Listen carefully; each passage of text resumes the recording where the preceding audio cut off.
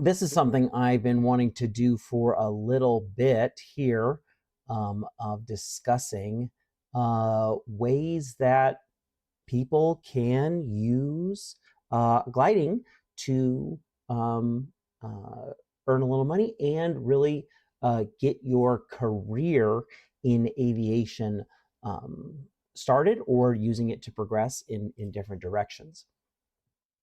Um, for some reason, people don't, a lot of people don't see gliding as a way into aviation and a way to be able to use it to further a career.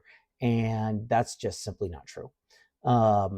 You can do things locally, or if if you want to do kind of a more small, more focused thing, or you can use soaring and gliding to start a career in, airline aviation, business aviation, military aviation. And I just want to give some examples of people that I've known and have seen in my club, outside my club, who use soaring that way. A lot of people wonder about what is it like to get, how do you get a first job in aviation? And that a lot of people have a real hard problem getting that first job. And gliding is actually a great way to do it. So let's give some concrete examples. This is a hilarious story that I recently got. This is a story from Steven. He is in our first cohort for our private pilot complete ground school and the FAA test prep course.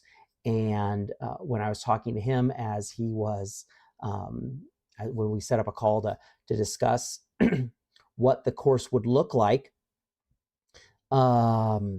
he shared how he wanted to transition from being a truck driver to flying, and he wanted to do it through soaring, which is a great way to do it. And he's out in Florida, and he went to both of the operations that are out in the Orlando area. There's a commercial operation, and there's kind of more of a club out there for really teaching high school students. He was just looking into both of those operations and see what they offered, what it was like there, and whatnot. And at both places, he got offered a job. At the commercial operator, he was looking into getting his glider license, and they asked him, "Oh, are you already an airplane pilot? Because we need tow pilots, and we'll pay." He has no license. But it didn't matter. They were so desperate looking for help at these operations that they literally asked him, do you want a job? Even though he doesn't even have a license yet. He went over to the other operation there in Orlando, and they mostly focus on helping high school kids get aviation experience through gliding. And it's kind of a STEM, science, technology, engineering, and math, big in education. And they said to him, "Are you an instructor for gliders? Because we have more students than we can handle, and we'll take you on as an instructor immediately." So when I hear people talk about, how do I get my first job in aviation? Obviously, a lot of people are not looking in the right place. Soaring is a great way to do it, both on the instructing side as well as on the tow pilot side. I'll share one of my experiences of my own is in our glider club. You have to do one duty every month, and this is very common in glider clubs. Is these are fundamentally not-for-profit organizations, and they exist because the members are volunteering their time within it. And so you'll get you'll have to do some kind of a duty every month. Either you can be a timekeeper for when the gliders take off and land. You can be the line chief and help people get into their gliders, and you run the wing when they go. You can instruct. We do instructions. We used to do instructions Saturday and Sunday mornings, but now we've had so many people join. A lot of young people join recently. We've extended instruction to Friday, and even sometimes by appointment throughout the week. And then you can also fly the tow plane. And as somebody who just really wanted to fly and really enjoys that part of it, after a year or so in the club, I really wanted to go from being a timekeeper or a line chief. I really wanted to fly either the tow plane or instruct. And so that way, when I go out there, it's like, oh, I'm doing flying. Because remember, there's 3 kinds of flying in my world. There's good, there's better, and there's best. Good flying is when you're paying for it. Okay? It's still flying, even if you're paying for it. It's fun, it's great. Better flying is when someone else is paying for you to fly. And then best flying is when you're actually getting paid to fly. So as a club member, you're already doing good flying. You're being able to go out there and fly gliders, and that's great. But once you've got that situation where you're doing good flying, you want to move up to better flying, where someone else is paying for you to fly. And if you can, you want to go to best flying, where you're actually getting paid. Glider clubs usually do one of 2. There's a couple different models, and every glider club is a little different. Some places they'll pay their tow pilots. Some, in my glider club, we don't pay the tow pilots, but it is considered your duty, and you do it for free.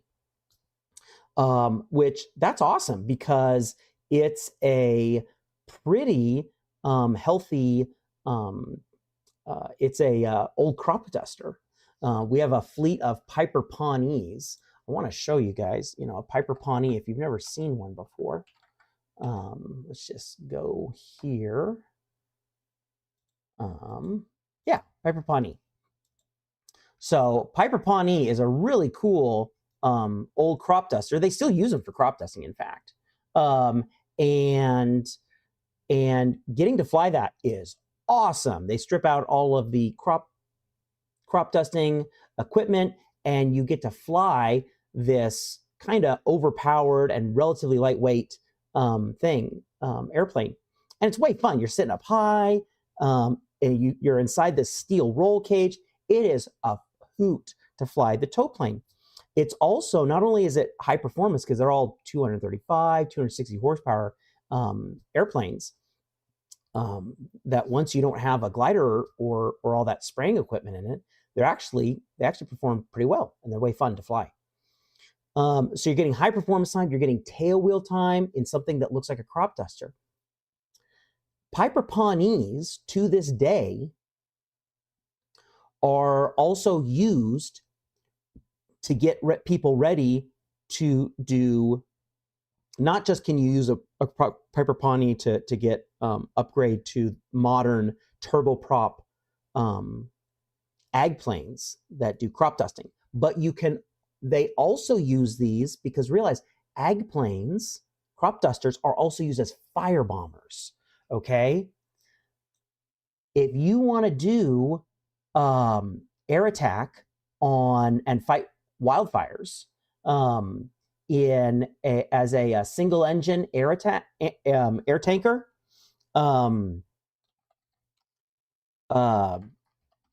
those things they use Piper Pawnees a lot of time to do that. So and they want to see like at least 100 hours in tow planes in ag planes, but a tow plane counts, and they'll take that time, and you can become a firebomber that way. Some of these you see have wheels on them, and he's dropping fire retardant. Some of them, this guy here, he's dropping water with that air tractor, because all it is what are these airplanes? They're just they exist to drop something. Usually it is pesticides, herbicides, whatnot on crops, but the airplane doesn't care what it's dropping material on. Okay, you can be dropping water or fire or fire retardant on something, and it cares. Here's even the version where it is a seaplane, and that's really cool. So if you're flying the tow plane for your glider club, you can use that as a way to transition into that type of work. Some glider clubs, a lot of glider clubs, I'd say most of them own their own tow planes. Some of them kind of actually contract that out to someone else who's either in the club or is associated with the club, and they'll pay for that. They'll pay for tow services. And so you can use that as a first job, where you are towing gliders through the air. Here's the glider, there's the tow plane in front. And this is a really good one. My club doesn't pay, but you get free time. Again, that's better flying. It's not best, but it's better flying. And that is way fun, and it's a good one. Here's the thing is, remember, one of the big secrets, there is an exemption in the federal aviation regulations. You can get paid as a tow pilot with a private pilot's license. One of the few jobs that you're allowed to have and get paid for with a private pilot airplane license. You can get paid as a tow pilot. And I've known people that have done that in my club. Okay? Tyler, high school kid. He started flying gliders and then started flying the tow plane within our club. And so he was doing better flying. And he's still in high school, just graduated now, but he was in high school at the time. And I think it was between his sophomore and junior year, because he'd been flying the tow plane so much and had gotten so much experience, he used that to go for a summer. As a summer job, he went and flew the tow plane out in, I want to say, Warner Springs, California. And he got paid to fly the tow plane out there. And then when he came back to Arizona for high school, as his high school year was getting started up, he then was towing at the local commercial operation up in Phoenix at Arizona Soaring, which is at Estrella Sailport. So as a high schooler, he was, his summer job that he went away for was using a private pilot's license to get paid to fly the tow plane and to tow gliders. Okay? Which, awesome. Great. I helped him get his private pilot airplane, his instrument airplane, his commercial airplane. I signed him off for all of those. And I also helped a little bit with his flight instructor for airplanes and whatnot. And so you can use that. And then he used that experience to become a jump pilot. So he would do skydivers first, like recreational skydivers, and then also use that experience to turn that into a job for doing military skydivers, flying much bigger planes. And he's doing a great job at that. He wants to go and fly for the airlines. Right now, his problem, which is kind of unusual, is he's actually too young to be able to do that, because I think you have to be a minimum of 21 to get your airline transport pilot. So he's just flying and flying and flying. He is making money, not going to college. He's doing that. A lot of guys will tow gliders at glider competitions, okay? And that can be, and you can fly around the country doing that. What you see at a glider competition is we call it the grid, okay? You've got all these gliders lined up, and it can be 20, 30, 40, 50 gliders all lined up at the same time. And what you'll find is that they've all got to get launched, and you can't wait for a single tow plane to launch 30, 40, 50 gliders off the grid. And you see how they're kind of all lined up here. That's why they call it the grid. And so you'll get 4, 5, 6 tow planes that'll come out there, and they are flying. They're just doing tow after tow after tow after tow. And so a bunch of tow pilot planes will come in from around the country, and they'll just do all the tows for that competition, and they charge their rate, and they do that. Some of those people, they're retired guys, and they're doing this. It's a summer gig, and they'll use it as an excuse to fly. Their flying is getting paid for. They're getting around. They're, getting to talk to different pilots. It's a way to stay flying. And that's great for them, is kind of just being on that competition circuit, and they'll just go around and they're just contracting out at different places. So again, you can do that as a private pilot with an airplane license, all the way up to you're retired from some other aviation job and you want to keep flying. Another way that you can earn money as a glider pilot is to instruct, obviously. To have either at the sport pilot or at the certified flight instructor level. And you can get paid for that. My club pays a little bit for that. You do have to maintain your instructor certification. So every 2 years or so now, you have to get your recency of experience renewed as an instructor. And with that expense, the glider club pays a little bit as an hourly rate to the glider instructors. We only pay the glider instructors when the glider is moving, so when it's flying, but that still works out just fine for those glider pilots like me. The rule of thumb has always been that it would help cover your monthly dues. It's not a way to make a lot of money, but it does help pay the bills. And you also it's a lot of fun to be able to pass on what you've learned and your excitement and passion for soaring to new people coming into the sport. One of the things, though, is you're getting experience as an instructor.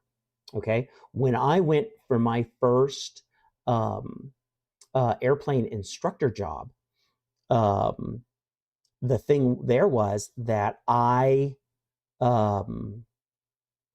unlike a lot of other airplane instructors who just come out of either an airplane academy or had come out of a college program, I had been instructing for over a decade. I had instructed, dozens of pilots. I'd signed people off. I knew what it was like to solo someone. And I will say, in a club environment where you can rely on and lean on and learn from experienced instructors is a wonderful opportunity. So I use that to become an airplane instructor. and I've seen other people do similar things with that. Another way that soaring and gliding can turn into a job is just through contacts. This is huge. Okay. The within our glider club, we have a subset within our glider club called GTAG, Glider to Airline Group, GTAG. Okay. And what that is it's people that are looking to make aviation their career or to find new jobs within aviation. And let me tell you, that's where a lot of contacts happen. A lot of jobs that don't get posted anywhere, they go to our GTAG group first. And these are jobs that are not open to the public, and you only hear about because you know the right people. And that's great. One of the people in there, he heard about a job through Flight Safety International. They do a lot of corporate and biz jet training. And what he did this is Danny. He used to be a mining engineer, and he didn't want to do that anymore. So he wanted to start flying. So he became a sim partner at Flight Safety International. And having had a little bit of airplane and glider experience, he then became the person who was sitting in the right seat in these very expensive, high fidelity simulators. And you're sitting next to these people who own their own private jets, or they have pilots they have a fleet of private jets, or they have a pilot, or they have a group of pilots for their private jet. Sitting next to someone in the sim, guess what? Each time you sit next to someone in a simulator like that, it is effectively a job interview. Because if they like flying with you, and if they get along well with you, and if they see that you're doing good work, guess what? They will offer you a job. And that's how he got his job. The job at Flight Safety didn't pay a lot, but it put him in a position where he was sitting next to some people with big bank accounts, and he was showing off his piloting skills and his personality and whether or not he was customer focused and whatnot. So that is a way where those connections and the experience of gliding translated to that. And he got hired out of there flying business jets. Jonathan, he comes from an aviation family. His brother went to the Air Force Academy, and he actually, his brother actually was a glider instructor at the Air Force Academy when he was a student there. Really good pilots. And he came from an aviation family.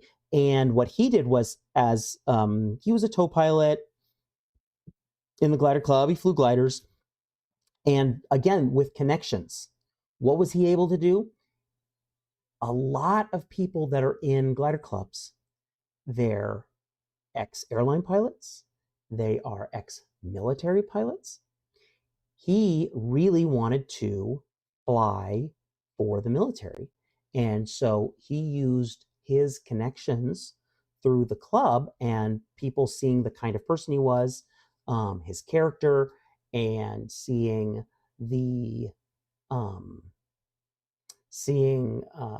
his dedication and his professionalism and being a good pilot. They saw that and they said, hey, look, and he used that to get references and letters of recommendation. And he started flying helicopters for the Army. He flew Blackhawks for the Army for a number of years. And then when he was done with that, he transitioned out of that as a civilian, and he started flying for the Arizona State Troopers, helicopters for them, for the Arizona State Troopers.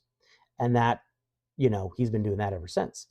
And he studied accounting, and he's flying helicopters for the Arizona State Troopers. Okay. But again, what is the through line on all these? You're meeting the right kind of people as a pilot, people who have connections, people who want to give back, people who, because they're seeing you as a pilot, they can vouch for your character, they can vouch for your work ethic, that you're a responsible person, that you're dependable, that you're safe. Okay. And this is a really great way to get letters of reference and to get informed about jobs that just aren't out there. Through our GTAG, Glider to Airline group, we've had opportunities to be able to talk directly to hiring personnel at airlines. We have opportunities to get put at the front of the line in certain hiring instances, learn exactly how much a particular airline or an operator is planning to hire. And so we know where to, people know where to look for jobs. There's that one. Let's see.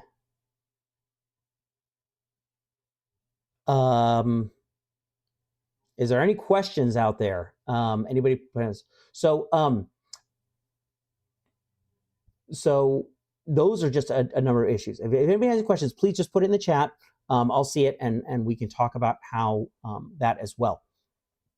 But I really love that Steven story from our complete ground school and FAA test prep course, where he literally got offered 2 jobs without having a pilot's license.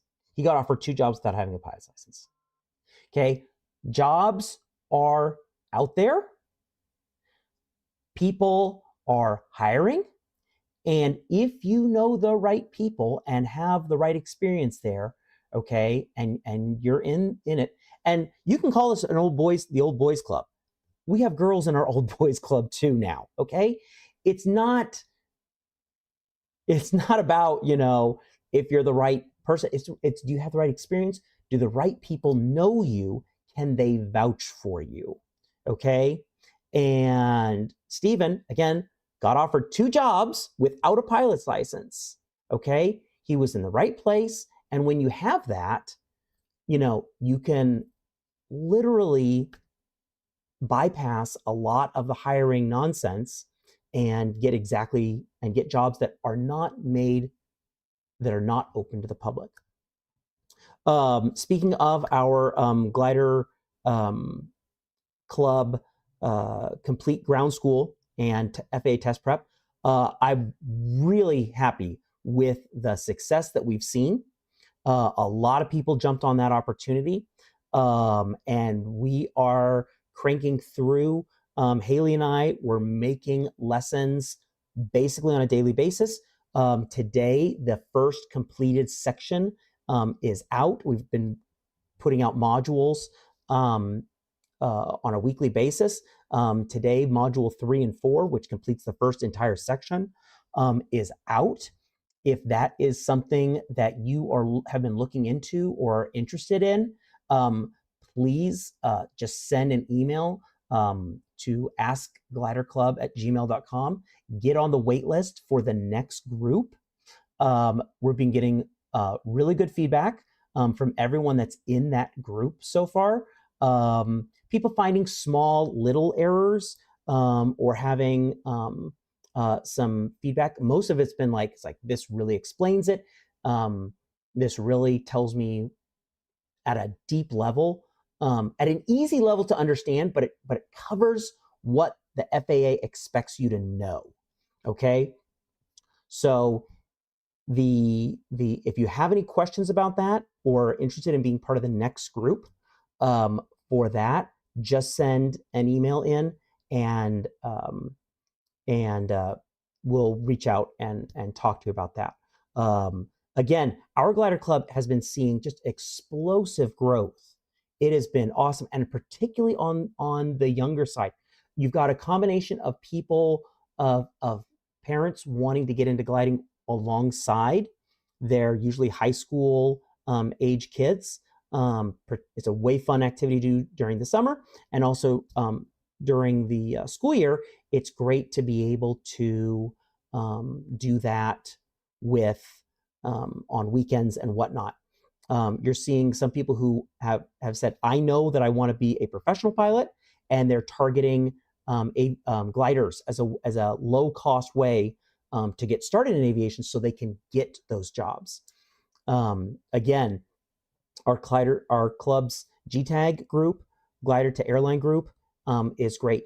If you are wondering where you have opportunities, you can start one of those groups within your glider club as well. So we've talked about using the tow plane experience you can use it to become a crop duster. You can use it to fight wildfires in a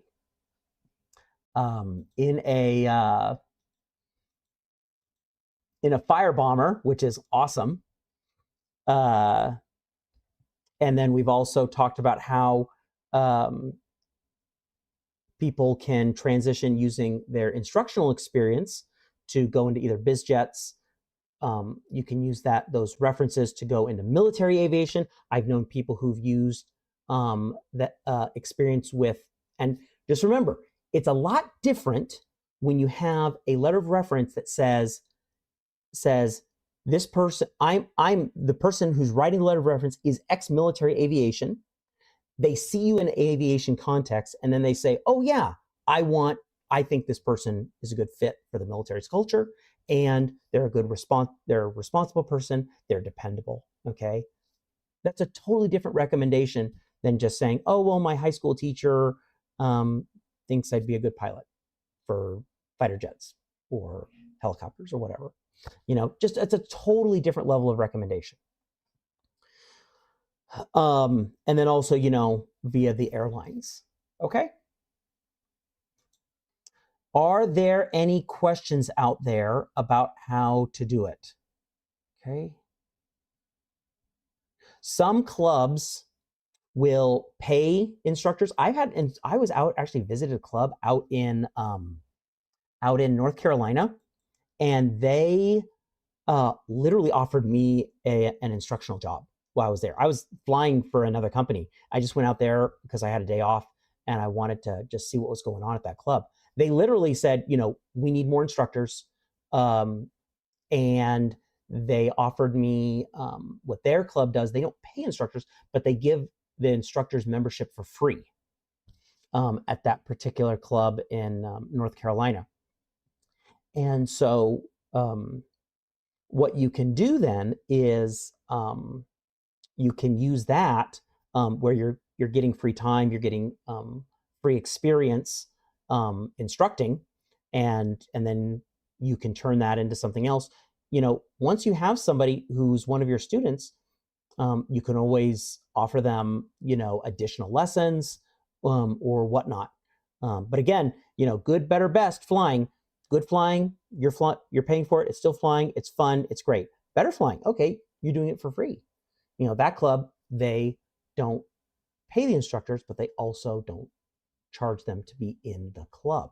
So you'll see that at different clubs, and it kind of just works out on a club-to-club basis based on how they started out and whether they needed to attract, what did they need to attract? Did they need to attract tow pilots? Did they need to attract instructors? What did they have a lot of in the area? And so each club will be a little bit different in that regard about whether they pay you or they give you membership for free or whatnot. So it's kind of you'll have to find out from your local operation exactly what it is. But then once you've done that, it's you know, you can really take advantage of it. And again, you're flying with a lot of people who just do flying because they love it. And if they're retired or they've been out away from professional flying for a while, they still know all the people who are hiring. They know the people who are where the job opportunities are. They talk to their friends still, and they know who to talk to get opportunities. And so when people say, I don't know how to network, I don't know how to schmooze and and talk to people and try to turn that into job opportunities. Well, let me tell you, the Glider Club is the best place to network, because you have a bunch of people of all different flying experiences, all different flying backgrounds, and they're there because they love flying. So you just join the Glider Club, you show up, you show that you're a dependable, responsible person, and that you're safe, and you really love aviation. Let me tell you, you will hear about opportunities that nobody else gets to hear about. And that's just the way it is. Okay, let me check see if there's any questions out there. Okay, not seeing any questions. If anybody has anything, now is now's the chance to put a question in there about how to use Soaring to make money, or potentially jumpstart a flying career. If there's any questions out there, let's hear them now.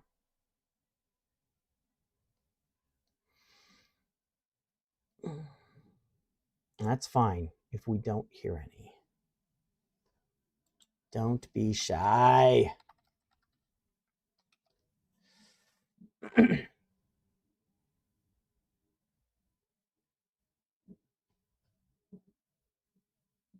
I've also seen people mid or later career be able to do it.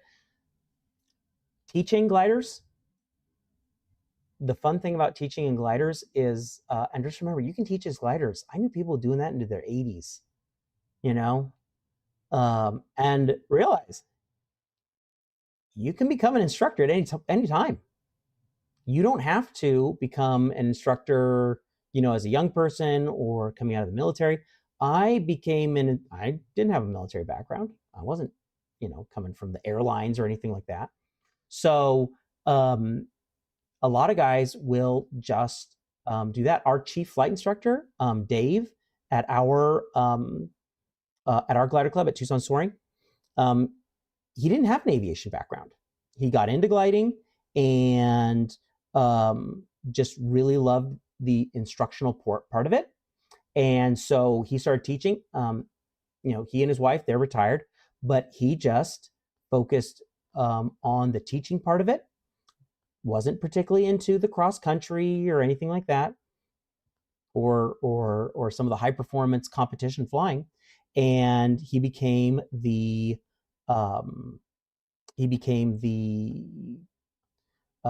chief instructor for the club, and he's been doing that for years now. And it's a way that because our club pays a little bit of money to the instructors, you know, it's a way to fly for free, effectively, and you get to keep giving back as with your experience and influence people coming up in aviation, and that's at any age, really. That's true. Okay, so I just want to give a broad look at what it takes and the kinds of jobs you can start out with in gliders, and how that you can use those jobs to then turn them into larger opportunities, and how there's both the obvious things of being a pilot, both in the glider and in the tow plane, but then there's the connections that you'll make within the gliding world, and you can turn those into other opportunities. So just because there's not an engine on a glider oftentimes does not mean you can't use it as part of a plan to have either a kind of a for fun side job, something in retirement that you can use that to give back, or even turn that into a brand new career. And those are all people that I know personally and have seen them grow in their career.